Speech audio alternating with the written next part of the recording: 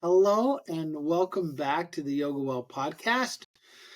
I'm Chase Bossert, Executive Director of the Yoga Well Institute, and today I have Aimee Forsberg Ottosen with me. And Aimee, you have been a long-time student and you have recently come back from KYM studying at the Kṛṣṇamacarya Yoga Mandarim, and I am really interested to hear about your experience there and how it tied in with your training and all of that. But before we get there, welcome. So nice to have Thank you you. on. It's so nice to see you, and I appreciate the opportunity to talk about yoga because I think I do it a lot all day. Not always am I heard. So it's like I know I've got an audience who gets kind of what I'm talking about. So it's nice, and I appreciate the opportunity to see you as always. That's great. Super. So tell me a little bit about how you got interested in yoga. Like, give us your yoga story. You know, my way back when I was a kid on PBS, there was that yoga. What was her name? Lillian. Lillian. Yes. I used to get up at the crack of dawn. Nobody else was awake. I'd wander around and then I'd turn on the forbidden TV because I could. And that was the only thing on. And so I'd watch that and sometimes do it. And so it planted the seed of what yoga was. Mm-hmm. So then fast forward, I went to my first official class. I was probably about 12. I went with my aunt and I loved it. I was athletic. I was flexible. So I was good at yoga. Yeah. Right. And it fed that thing like, oh, you're so good. You should do yoga. And it's like, oh, yes, I'm so good. I should do yoga. And then I went through life, but it was funny because I kept going back to yoga. Like and there were yoga classes like in studios. And this is back before all of the chain yoga studios where you had small yoga studios that were operating with teachers who had studied in India. And so I felt like I was getting a lot of good yoga over the years. And I also bounced around a lot. I studied Ashtanga, I tried Iyengar, I tried all the things. Is all this in the Chicago area? Yes, all in Chicago area. So along the way, Vinyasa kept popping up, but it wasn't too exciting for me when I was in my 20s and 30s because I was looking for the hard poses. And, you know, in the 90s, like what Gwyneth Paltrow and Madonna were doing jump backs and handstands and all the, you know, stand on one finger and all the stuff that my ego was super excited that I could try to do this. And so I beat myself up pretty well in life and with the yoga, but I loved it because it did offer me a peace for my mind that I wasn't getting anywhere else. And so there was a quality of a safe space for me. I started studying yoga. I went to a 200-hour training, and I picked a training that was quick, inexpensive, local, but it did have the philosophy. Now, I had philosophy studies in undergrad, so I had some basis there. I'd had enough playing around in the yoga world that I had a basis there. But the training that I went to was short and sweet and gave me some more to work with. I got out of that class, that training, and promptly got literally dragged to another studio by one of my friends who I'd made in that class. And she said, we don't know anything. We can't teach yoga. And I said, well, I got the piece of paper. What do you mean? I'm official, man. I'm official. I got a piece of paper. So I ended up kind of getting connected to a yoga studio that's more traditional in Chicago and had a 500-hour program. So I got signed up for that and started going. The great thing about that studio, it's still in existence and I still teach there. But, you know, back years ago, it was much bigger. There were a lot of the international yogis coming through and teaching workshops. So I got exposed to all sorts of information and practices and experiences that I would not have otherwise had. So I was very, very fortunate there. One of the people there had actually studied at KYM. And I remember her talking about KYM in India and explaining the lineage, but I just recognized that, oh, that's Mr. Kṛṣṇamacarya's son okay, this, I can put it in this box. I understood that that kind of went somewhere special over here. But she did teach me and others class planning and preparation. Who is And this? her name is Kim Wilcox. She's not in Chicago anymore. Mhm. She's, last I heard, and I haven't talked to her in a long time, she got married, moved to Michigan, and is living on a farm in Michigan, the last I heard. So, hi, Kim, if you hear this. Anyway, she planted a lot of seeds. And I remember being fascinated by the bell curve and the preparation and why all of these rules that exist in Vinyasa, why they were there and the purpose that they served. And what it did for me is it helped me to better understand what we were doing. Because so much of the yoga out there, while helpful, I couldn't explain it. I couldn't, there wasn't a logic to it. It felt good, but there wasn't a rationale. And I don't want to be negative about the other yoga, but it I was think very this is a different. common. I think this is a common thread. You know, one of the pieces that is really missing, I think, in yoga in the West in large is the context of why are we practicing.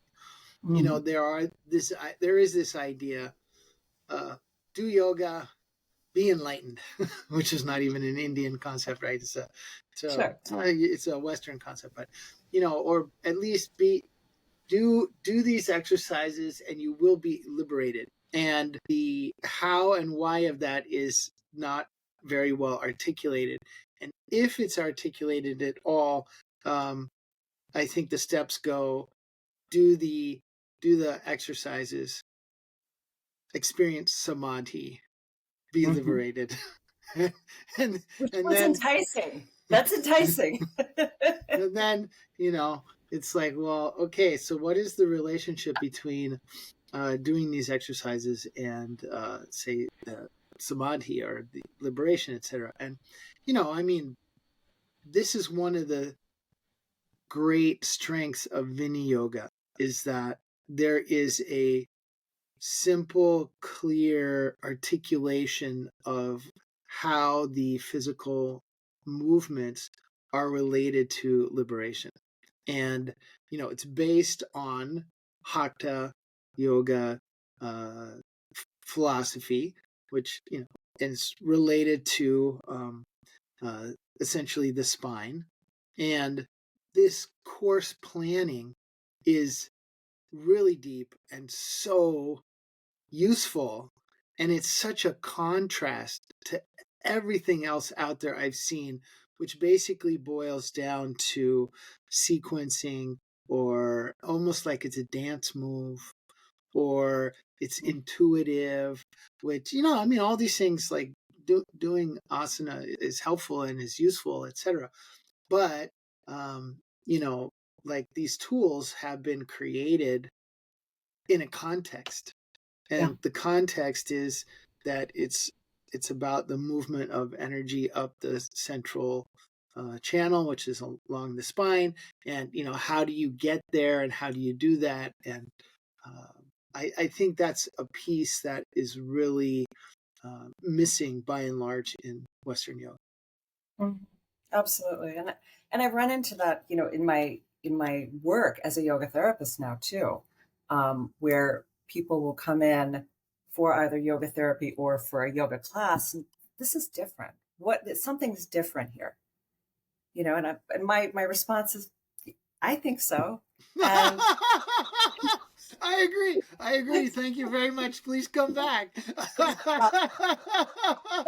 ask them, well, do you feel better? Like do you feel better? Yeah. And everyone, yeah, I really do. Great. I'll Yeah. see you again soon. I hope to see you again. Right. And so, but it's, you know, it is that balance of what we're doing with yoga versus a business model. And that's a whole tricky subject too, which I'm sure we'll get to in a little bit.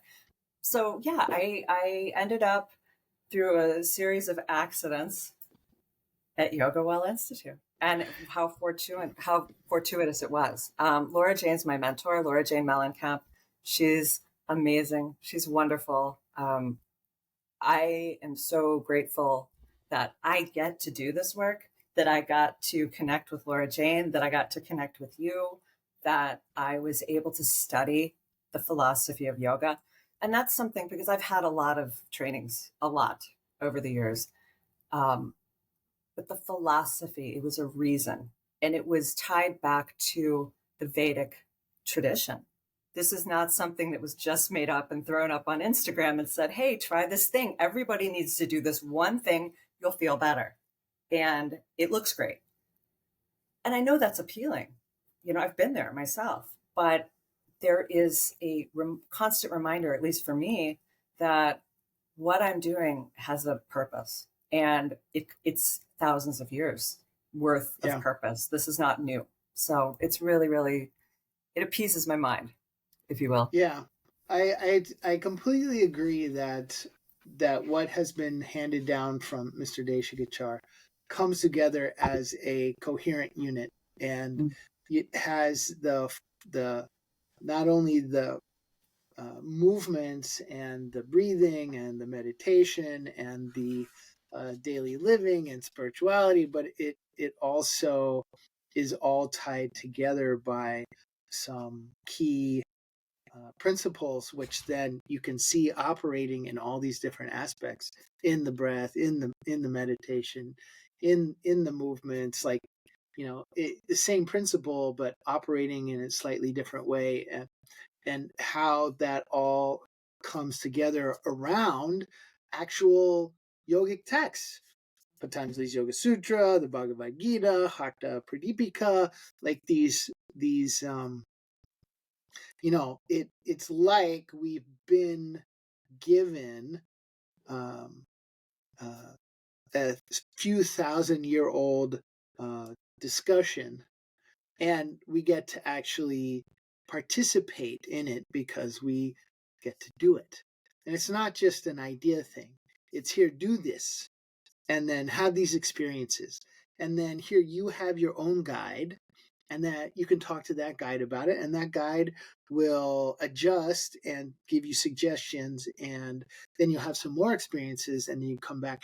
And all of that is part of this ongoing few thousand-year-old discussion about these experiences.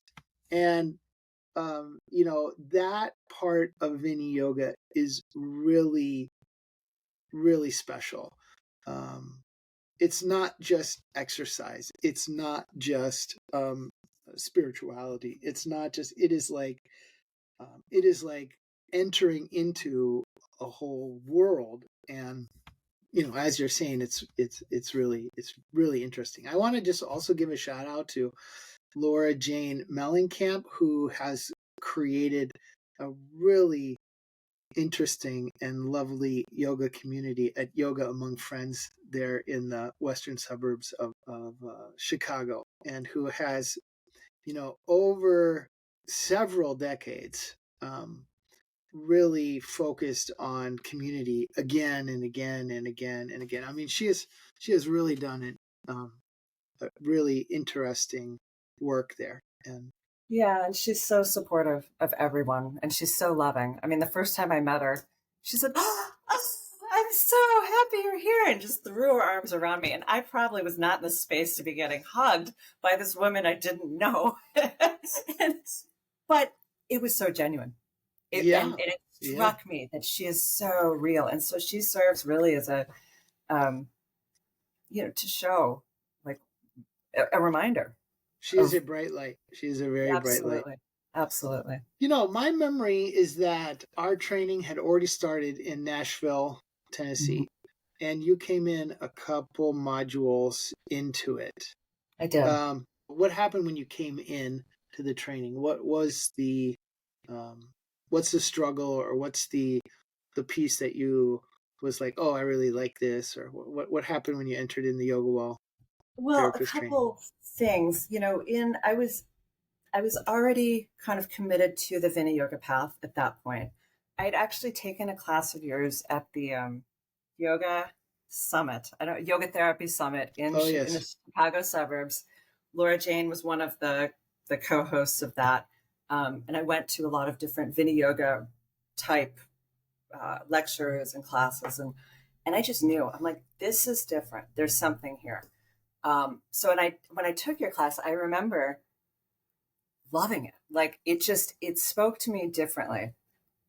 And so when the time came to come and find a program, because I had spent several years looking, but everything I was looking at was like, go to Bali for 6 months. Like, oh yeah, sure. I'll just stop my life and run off to Bali when, my dog is dying and, all this other stuff is happening at home, but I'm going to Bali. Bye. So, it was, again, the right time, the right place. Laura Jane was very supportive. And she also said, she goes, Chase is very intellectual. I think you're really going to like it, because she knows I'm always wanting to better understand, where did this come from? What is this? What is the tradition? It's a 1 foot in the feeling experience world, 1 foot in the understanding philosophical world. And so she really supported. She says, this may be a very good fit. So I came in, and I was just open-minded at that point. I was really like, let's see where this goes. I had enough of the Vini Yoga. I knew I was in the right place. Right. The cohort was wonderful. People were welcoming.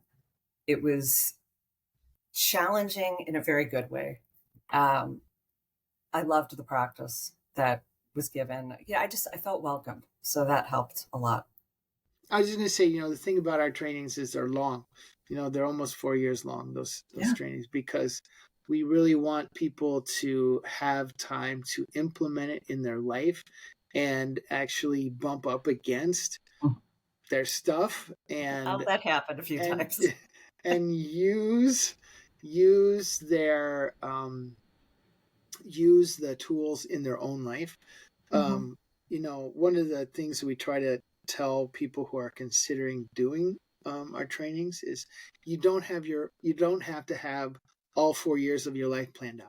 You don't have to know what you just enter, and then we'll see. It does happen that people they get halfway through, and then they pause, and then they switch to the next program that's coming along, and there are things that happen in life, and we really emphasize the application of yoga in people's lives as part of this training. Okay. And I think that was very important to me as well. There were certain things that stand out. The Wednesday morning meditations were critical for me, because you would implement and weave what we were doing in the meditation with what we were working on at that point in the modules. But interestingly enough, during my training, toward the end is when the pandemic hit. And right. I'm so grateful that we had an online community already built in. So we weren't having to stop, reinvent the wheel, figure this out, or pause and suspend the program. We already had a community. And the other component of that was I was involved with Amanda Green, kudos to her as well, where she had begun, and I went back and looked in my calendar, in January of 2020, so 2 months prior to the shutdown, she had begun a once a week Sunday morning yoga sutra chanting online. And I started that. And I remember the first few months, I'm like, I'm busy. I don't know if I have time for this. This is really hard. Yeah. And it is. Chanting is hard. I love it. It's hard. But again, 2 months into it, pandemic shut everything down. We already had our community. We already had that once a week commitment. And it offered a place to just be in community with people we already knew. And so, while the pandemic was tough in so many ways, there was a blessing for me in those two pieces. Fantastic. So you did the program, completed it, got certified by IAYT as the International Association of Yoga Therapists, as a yoga therapist, and you have been practicing yoga therapy, teaching. Yes. You still teach some group classes? I do. I teach a few. I call them Vini Yoga inspired, because everyone's like, Vini Yoga, I don't know what that is. And I try to explain it, and I'm just like, just try it. Just come in. Just try it. Come in. Try it. So So I teach currently, I'm down to 3 classes a week, which is a lot less than I used to do, which is 3 is the Congratulations. perfect number. Yes, thank you. Yeah.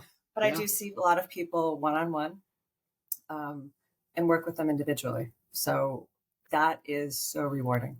And putting into practice all of the tools that we have through this tradition and through what I learned from you. So, and then you decided, I want to go to India. I want to do the an internship. So for those who don't know, in 1976, Mr. Deshikachar and A.G. Mohan, who was also a student of Kṛṣṇamacarya, started the Kṛṣṇamacarya Yoga Mandarim in Chennai, India, and it is a public trust. So it's essentially a 501c3, but they don't have the same number system, etc. in India. So it's a public trust, and it has its own board. It was not owned by Mr. Deshikachar. And so when a bunch of things happened with his son in I guess 2012 or something, that Kṛṣṇamacarya was the Yoga Mandarim was always able to function as an independent unit, etc., and was able to continue forward and whatnot. So it is now still going strong. What is that? Almost 50 years later, and it accepts people who have been trained in the Vinaya Yoga tradition to come and do internships. And an internship, well, I should ask you, because it's been a while since I've been there. But yeah, so you're going to do an internship. What is that? let me back up a little, because related to KYM. During my studies with you, and with Amanda teaching us the sutras with the chanting, I really enjoyed the chanting. And you had planted a seed, if you want to study chanting, talk to me and connect with one of the chanting teachers at KYM. And so I had decided at some point several years ago, that sounds like a good idea. Let me see how this goes. And so I did connect with Ms. Suhasini Krishnan, who is still my teacher. And she's lovely, so sweet. I mean, she's cut from the same cloth that Laura Jane is. She's so kind, so loving, so supportive. You just feel like you're just being hugged and everything. And so I've been meeting with her for years, once a week via Skype. And you had, during the training, also planted the seed about, if you ever want to go to KOIM for an internship, once you're done with this, it's a very good idea. And you kind of laid out how to do it. And I remember the part where you said, you need a letter from me. And I was like, okay, fine. And somewhere along the line, I decided this is something I really want to do. I love to travel. I love trying new things. I love to just experience life. And I kept coming back to that fear in my mind, like, well, Aimee, you can't really go running off to India for a month. You've got all these obligations at home. You've got these things going on. So I think it was probably in 2022, I said, all right, it was probably 21. I said, January of 24, I'm going. I am intention, and I'm going. So I started talking about it, telling my husband, like, oh, just so you know, because, he like, I come home and say, hey, I'm taking off for a month. Can you take care of the dogs and take care of everything? And don't worry about me. I'm just going to India for the month. And so so I started planting the seeds, and somewhere in probably April of 23, I'm like, ooh, January 24 is right around the corner. I better get going. So I first mentioned it to my teacher, Ms. Suhasini, and she said, oh, you're going to come to India? Please do. I would love, please. And she was so kind about it, because I almost expected her to be like, oh, this American coming in, I don't know what's going on. Sure, whatever. I don't know why I thought that, because I've never experienced that from her at all. Yes. But she was so supportive of this idea. And I said, okay, well, that's done. And then I reached out to you because I knew I needed the letter. So I sent you the email and said, hey, I think I'm going. Can you write the letter? I don't even remember what I said. And you wrote the letter and sent it off to KYM. And then I think your advice and with Ms. Suhasini's advice, followed up with them. And they basically said, put your program together. I had no idea what that meant. And so I was like, okay, well, I want to study chanting, that I know. And Suhasini had kind of prepared me along the way. She said, tell them exactly what you want, tell them when you're coming, tell them when you're leaving, set the parameters. And I said, well, I think I want to do the internship. And I remember her thinking or saying to me, you want to do an internship for 2 weeks straight and do chanting classes? That's a lot. And I said, yeah, well, I'm coming to India. Let's do it. Yeah. Okay. Okay. So, I did all the things. I got my visa. I started preparing. I started researching. And I went to India. And I love it. It's so great. Everything I wanted and more. I got off the plane. I was exhausted. I had a hell of a time getting there. Like, they canceled one of my flights out of Chicago. I was panic stricken. Like, I'm going to miss my connection. I mean, it was getting out of Chicago was all the yoga prepared me for it. Let me just say that. And so I finally arrived. I was exhausted and I just got out and that heat and the smell hit me. And I was like, I'm home. Like, I knew in my bones, like, this is where I'm supposed to be right now. And, and I took the taxi or not the taxi, but the hotel had sent a car for me and the driver was so kind. Everybody was so kind. I get to the hotel. I'm exhausted. They're like, come eat. We have 30 more minutes before breakfast closes. Come eat, come. And I'm like, okay, can I wash my hands? Like, I need a minute, please. And they're like, no, come. And I walk in and there's this whole buffet of the most amazing South Indian food ever. And I was like, oh, I'm home. This is perfect. So I hadn't eaten well in 2 days. And they were probably looking at me like, oh my gosh, what is she doing? It was fabulous. And later I find out they were watching me thinking she's going to be sick because she's eating so much of this spicy food. Unbeknownst to them, I'm used to the spicy food, so it was fine.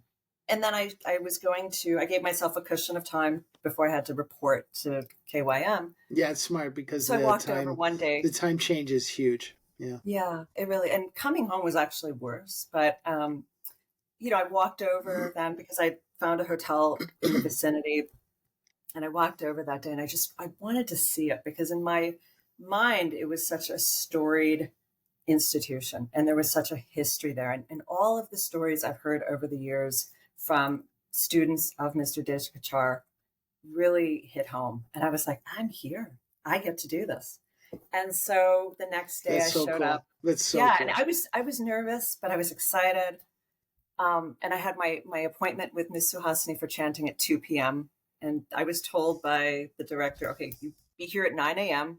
And I got there, like, there was nobody there yet. And I'm sitting there waiting, like, what am I supposed to do? I didn't know. Like, am I at the right entrance? I was like, is there another entrance where everybody is coming in and I'm like, and they're like looking for me and waiting for me for somewhere. But it all worked out. And so, and I got to know the receptionists who were the ones kind of helping pair me with different yoga therapists to go in.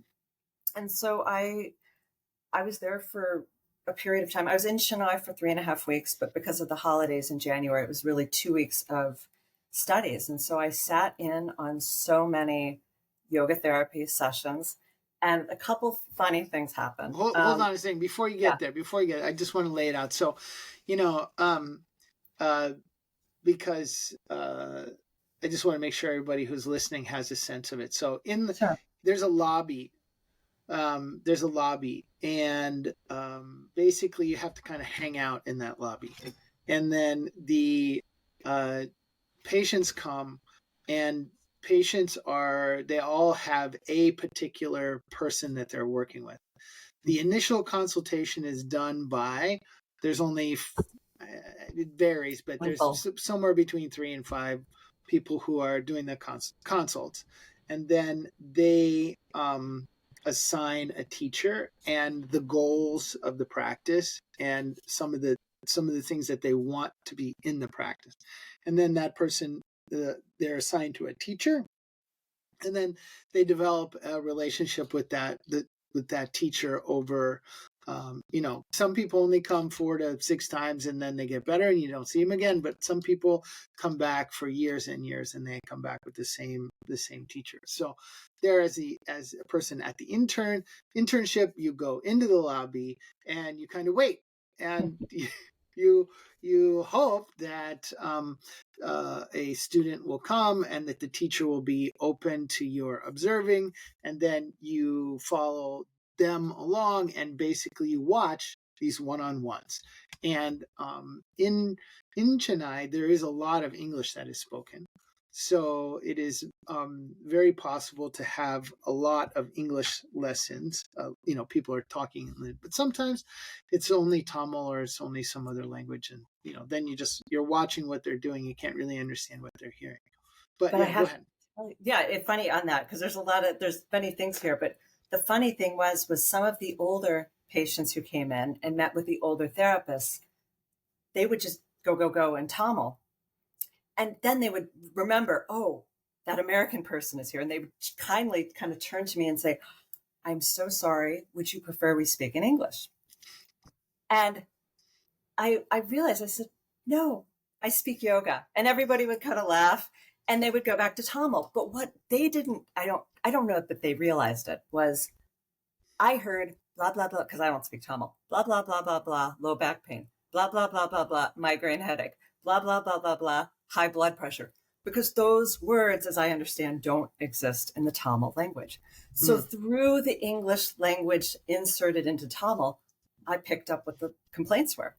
Right. And when they then did their practice, I, through my training with you, could foresee where we were going to go. And sure enough, mostly I was pretty close. And so that was very, very interesting for me. And I do. Go ahead. So you felt, so what I'm hearing is that you felt like you had been well prepared and that you were able to really understand what they were doing there and why they were doing it. And like, you didn't go and be like, oh my God, what the hell? What are they doing? And what have I been studying? And yeah. No, but that was my fear going over there. Like, I'm going to show up and I'm going to have no clue what's going on. It was funny because when I did come back to the States, because I gave so much thought to what I'm doing professionally with individuals here in the States. And so I really summarized it in the following. And I gave this spiel to all of my students when I came home. They said, oh, what did you learn? You're going to teach us all this new stuff. And I'd say, it's interesting. I learned 2 things. One, I was really well trained. And they would... All right, yeah. I said, and they'd look at me like, and I'd say, yeah, I mean, there were no huge surprises. There were some surprises. Of course. There were no huge surprises.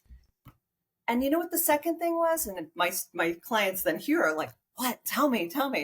And I'd say, I watched these people, predominantly Indian, come in with their complaints, whether it was mental health, physical health, whatever. And there were 2 main results. And my clients here are saying, really? Well, what were they?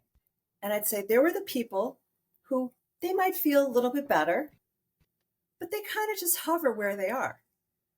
And then there's the people who improve significantly. Most of the people were in this category. Do you know what the difference is?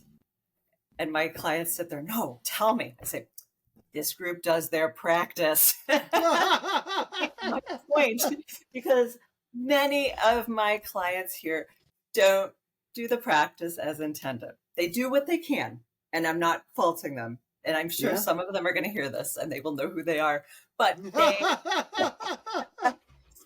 it's hard as a householder in the West, as a parent, as a business owner, as a person who's just incredibly busy, to then expect that you're just going to sit down and do all this practice every day. It's not always feasible. So back to Chennai, it was fascinating. So yes, I felt incredibly well prepared. The other thing I will tell you, and I'm not trying to get points from you, Chase, but your name was good currency because it's true. I would be in there and they're probably just, I imagine they're like, okay, here's another American student coming through, whatever. And I'm sitting there with my little notebook, trying to catch people's eye, like, pick me next. And then I would get back in the room, especially the first week and especially on the intakes where there are experienced therapists who've been there a long time. And they would at some point kind of look up and look at me and say, who's your teacher? And it was sort of off the cuff, and I'd say, well, Chase Bossart. And inevitably they would sit up and, oh, Mr. Chase, and their eyes would get bright. And all of a sudden I had credibility. And I said, great, okay. Now, I did my best not to screw that up, of course. But as an intern, there was so much, it really was a matter of me sitting and observing and being present. But I learned so much there. So I would go through, I probably saw close to 40 patients while I was there. And fantastic. Then, oh, that's great. It was a lot. Some of the more complicated ones were so interesting, and it really, really, really piqued my curiosity. And it allowed me the opportunity to delve deeper into some things that I didn't really consider before. But I also every day fantastic. That's that's totally what should happen in a situation like this. The KYM is really a functioning yoga therapy clinic. People bring whatever their ailments are there, and they're getting yoga as medicine. Absolutely. And it's been ongoing for such a long time that it really has developed a reputation where doctors basically send their people there. So I saw that. People show up, they don't know anything about yoga, and they're like, my doctor told me blah blah blah, sent me here. And it's like, wow, and you came, amazing. So they have such a reservoir of skill and experience, and it's been it is really incredible resource. And even with Mr. Deshakachar's passing, and no member of the Deshakachar family is involved with the trust at all, but on it goes, and under the really skilled oversight of longtime students and whatnot. And so I just think it's amazing resource, and absolutely, and how lovely to still be a little bit remembered there at KYM, even though it's been a while since I've been there. Well, I'm going to go back for sure. And it was funny. Well, not funny, but I studied with my chanting teacher as well, spent an hour with her.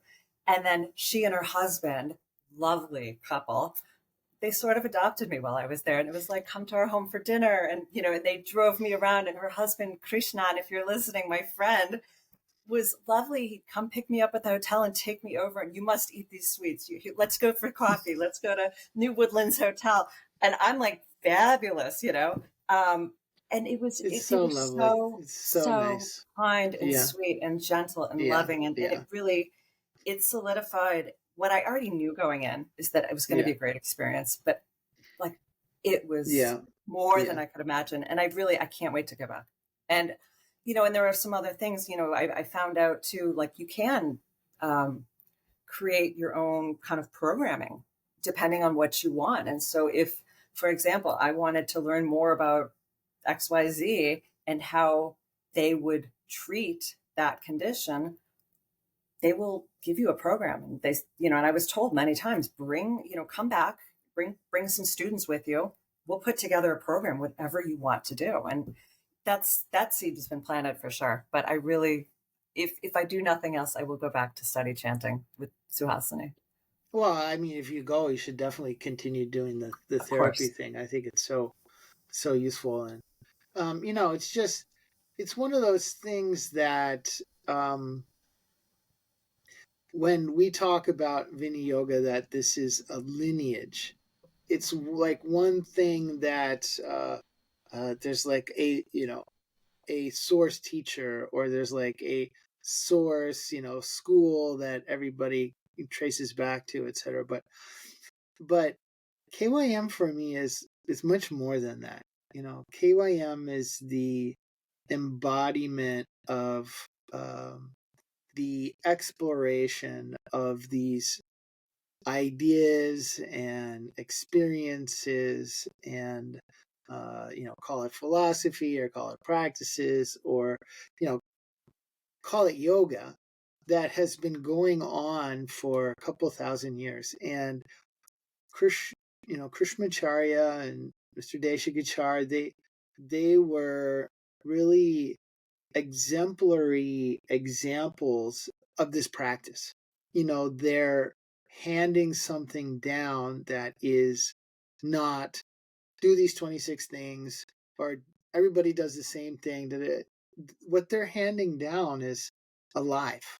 It has to be digested, and then once that digestion is an ongoing thing, but as you digest it, it then is moving through you in unique ways that and again, it's part of this tradition. So it's like you become a thread in that, and you're woven in, and everybody has their own unique interests and their own unique strengths, and at the same time stuff they're not as strong on.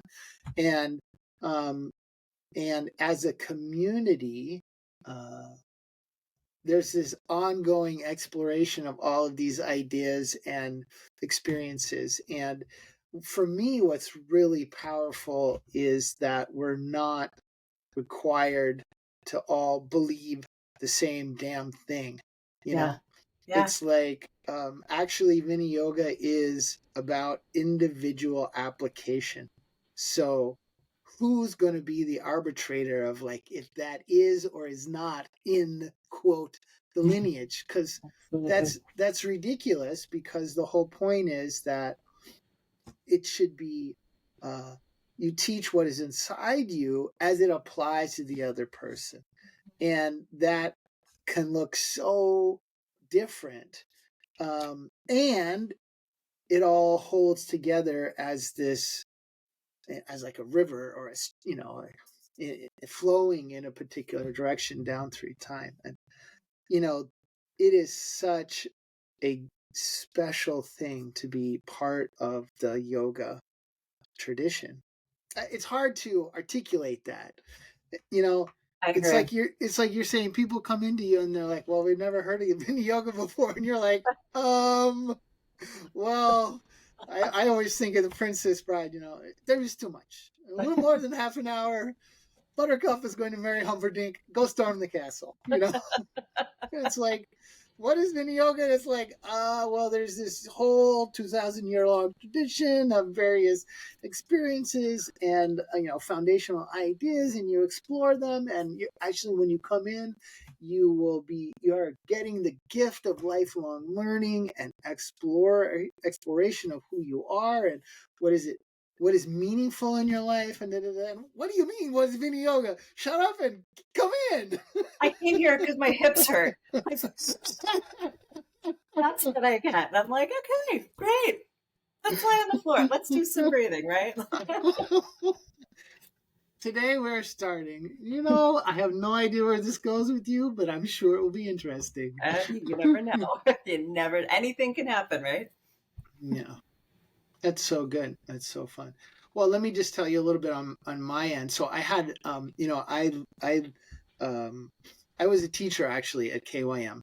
I knew that, yes. And because one of the times that I lived in Chennai, Mr. Deshagachar basically said, well, now we're going to give you some of your own clients. Some of your own clients. So I had clients, and I was overseen by the senior teachers, etc. And Mr. Deshagachar, his son Kaustubh, and like people like Mr. Sridharan and Dr. Lata, and they have been so kind to me over the years and given me so many opportunities to study. And really, I'm so indebted to them. I feel so. I feel like what I know is because of Mr. Deshakachar and because of all his community, and all the errors are mine kind of thing. So, I had I had an apartment there for over 20 years. And just a couple years ago, the landlord decided that they didn't want to rent it out anymore and they were going to sell it. And so, basically, if I wanted anything, I had it all shipped. And so I said, yes, I wanted it. And they packed everything. I mean, I got cleaning materials. Like, I got the bleach and stuff. It was in boxes. I got like the ironing board, I mean, like everything. But I also got like all my books, and I got a whole bunch of art that was on the wall and stuff. And then it sat around in the storage for a couple of years. And just this January, while you were over in Chennai, my wife had a huge project, and we went through everything in our garage, which included all of this stuff from my Indian apartment. And I had a couple of days that were really like Christmas, because I was unwrapping these boxes, and Al was coming this and Al was coming that, and like, oh, this book, I'm so happy to have this book back, and blah, blah, that kind of thing. And so, that's really sweet. That's really sweet. Chennai is a special place. As a city, it's not very attractive, but it is really a special place. Yeah. Well, full disclosure, like while I'm there, I'm fantasizing about, I'm going to run away. This is where I'm going to come, because I had such a nice time there. And then I'm Googling, can I retire in Chennai? Like, and then my husband came over to meet me, and he's like, what's going on, right? You're like, shut up and sign this paper right here. The interesting thing was, I was partially expecting him to just be a little overwhelmed by it, and he loved it. And that was a huge surprise for me. And that's so great. It reinforced to me that there really is a special flavor here. It is really special. Mm-hmm. South Indians have just such a generosity and such a kindness, and absolutely, it's really lovely. Yeah. Well, I'm so glad you had that positive experience. Thank you. One thing that Can I interrupt you for 1 minute? There's one more thing that I think is really important that I want to share. And I don't know that I told you this in an email, but when I was there, during my chanting, my Suhasini, my teacher, she's looking at me that first week, and she's saying, yeah, I'm seeing it clearly now. There's something's off. She says, I see it in Skype, but I don't know if it's Skype, but I'm seeing you now, something's off. Will you go see a therapist yourself? Okay, sure, I'm here. Let's go. So I went and saw a therapist. He gave me the hardest practice ever, the hardest. And it was funny to me, because I didn't expect it to be easy, but the practice he gave me was substantial. And I did it every morning when I was there. And I thought, this is taking a long time. I'm thinking like my clients here think, like, this is taking a long time. This is really hard. If I was at home, I don't know that I'd have the ability to do all this, but it helped. And go figure, it solved the situation. So it was one more layer of the learning. So it was priceless. That's so great. I'm so glad that you followed that advice. It's so good to have, when you're there, it's to go and be a client yourself. It's such a good idea. I'm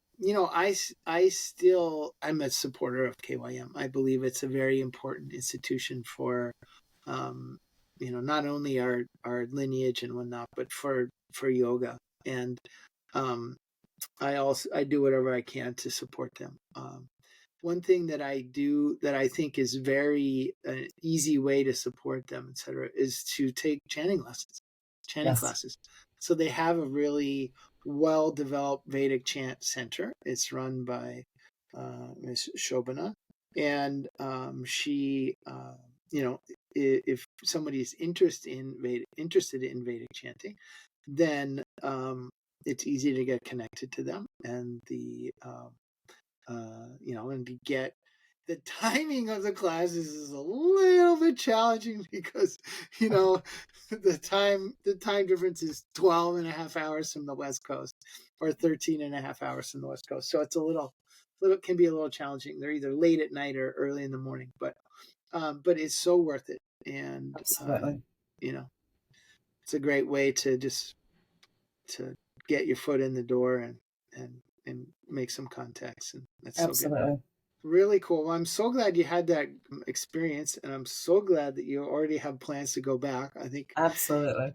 it is important.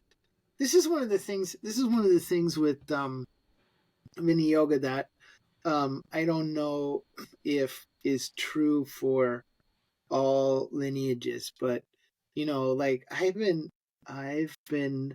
was Mr. Deshagachar's student for 20 years, and then he passed, and for a few years I tried to do my own practice, etc. And then I started studying with Paul Harvey, who was a longtime student of Mr. Deshagachar's. And I have met with Paul essentially weekly for more than 9 years now.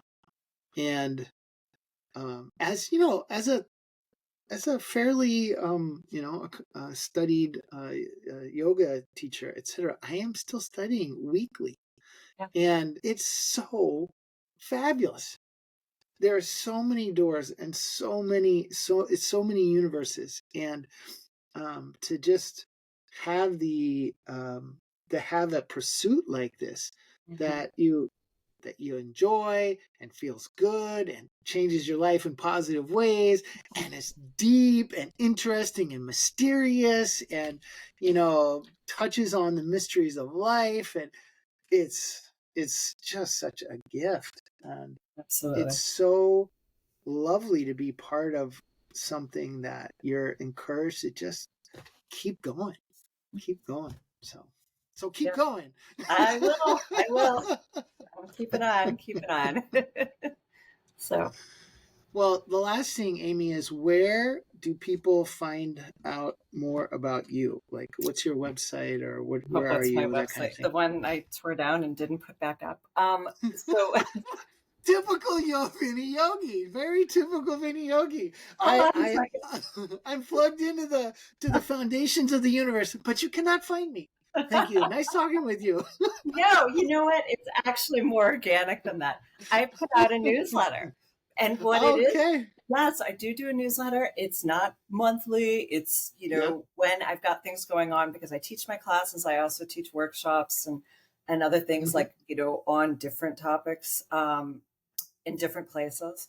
And so, and I always put like a little nugget in there of something that's coming up relative to what I'm running into as a student of yoga, and how it sort of applies to our lives. So if anybody's interested, please just send me a quick note at bridge, BRIDGE, yoga, YOGA, 12 at gmail.com. I will get it. I will put you on the mail list. I'll respond real quick, and I hope to see you around. And 2 of my classes are actually still on Zoom, because during the pandemic, I had students who had left Chicago come back via Zoom, and I'm like, cool, I'm so happy I can have you in my class. So I do still have like 1 or 2 or 3 students popping into my classes regularly. So it's not a geographical limitation if you're interested in coming to one of my classes. So fabulous. Bridge yoga 12 at gmail.com. You got it. Well, thanks for coming on. Thank you. So lovely to talk with you. And it's good to connect. Thank you so much. We'll see you again soon. All right. Talk to you soon. Bye.